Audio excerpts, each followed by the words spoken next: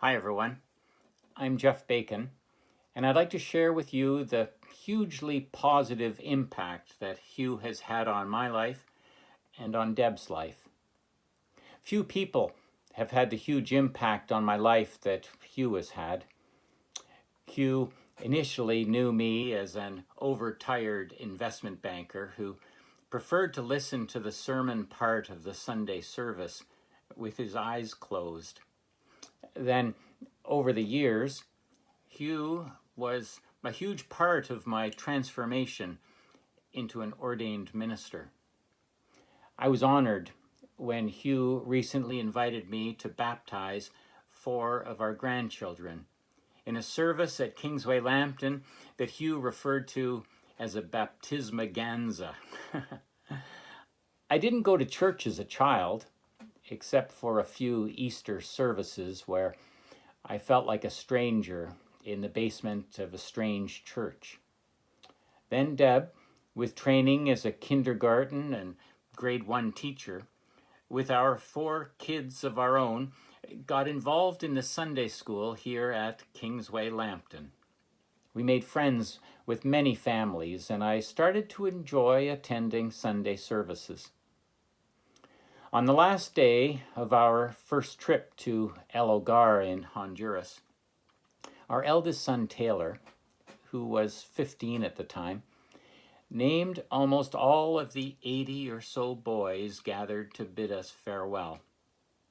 A little embarrassingly at the time, tears streamed down my face. Fatherly pride, perhaps, but my insides were moved like never before.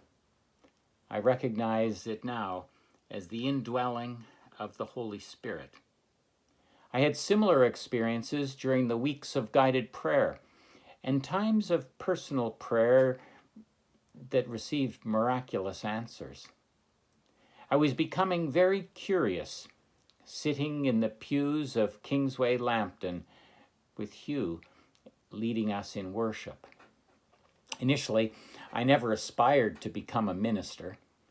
I was just curious about Christianity and what might have been happening to me. So I invited Hugh over for a coffee one day to ask him what course he might recommend to satisfy my curiosity. Hugh recommended a no-commitment entry into the first year of an MDiv. I had to reiterate that I didn't want to become a minister.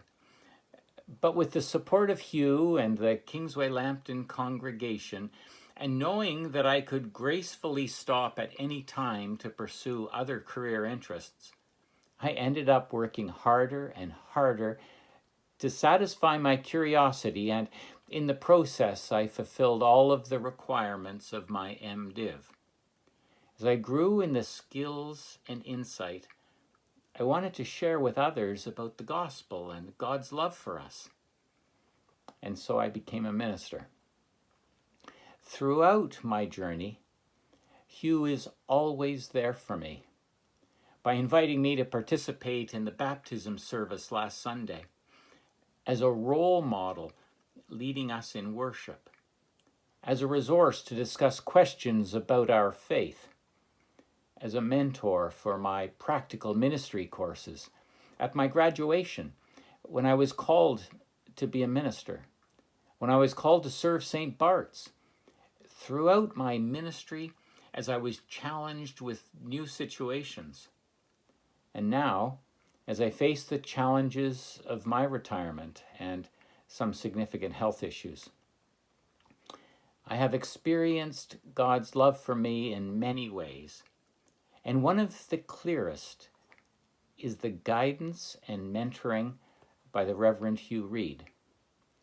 Deb and I are incredibly grateful to you, Hugh, for making such a huge positive impact on our lives. Thank you, Hugh. Thank you for everything. May God bless you in your retirement.